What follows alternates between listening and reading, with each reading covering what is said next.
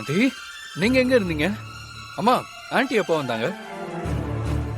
ராகவ், அதெல்லாம் அப்புறம் பேசிக்கலாம்ப்பா. முதல்ல அசோக் எப்படி இருக்கான்னு யாராவது போன் பண்ணி கொஞ்சம் விஷால் கிட்ட கேளுங்களேன். அசோக் என்னாச்சு? ஆமா, இங்க என்ன நடக்குது?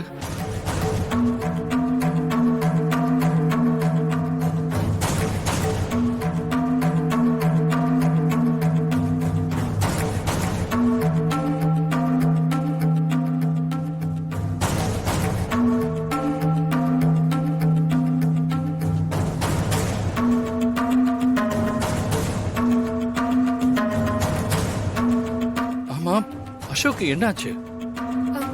இங்க என்ன நடக்குது? ராகவ், அசோக்க யாரோ கொலை பண்ண ட்ரை பண்ணிருக்காங்க.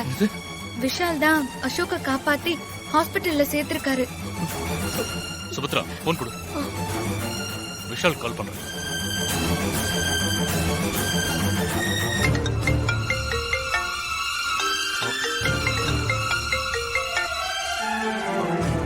அப்பா அப்பா விஷால், இசை இப்பதான் எல்லா உண்மையும் சொன்னா. அங்க அசோக் இப்ப எப்படி இருக்கா? அப்பா, அசோக்குக்கு தலையில அடிபட்டு இருக்குப்பா. டாக்டர் பாத்துக்கிட்டு இருக்காங்கப்பா. அப்பா, அசோக் உயிருக்கு எந்த ஆபத்தும் இல்லைன்னு டாக்டர் சொல்லிட்டாங்கப்பா. இன்னும் கொஞ்ச நேரத்துல அசோக் கண்ணை முடிச்சிருவான்னு சொன்னாங்கப்பா. சரிப்பா. எங்க என்னாச்சுங்க அசோக்குக்கு? அவனுக்கு தலையில அடிபட்டு இருக்கான். ஐயோ, என்னங்க சொல்றீங்க நீங்க? என் பையனுக்கு தலையில அடிபட்டுடுச்சா? சுபத்ரா நீ பதட்டப்படாத. சீக்கிரமே அவன் கண் முழிச்சிருவான்னு டாக்டர் சொல்லிருக்காராம். நான் அசோக் கண்ணு முழிக்கும் போது அங்க அவன் கூட இருக்கணுங்க. சுபத்ரா, அதான் அசோக் உயிருக்கு எதுவும் இல்லைன்னு சொல்லிட்டாருல, ஒன்னும் ஆகாதுமா. அவன் கண்ணு முழிக்கும் போது நான் அவன் பக்கத்துல இருக்கணும். வாங்க போலாம், வாங்க. சரி வா. சரி வாங்க.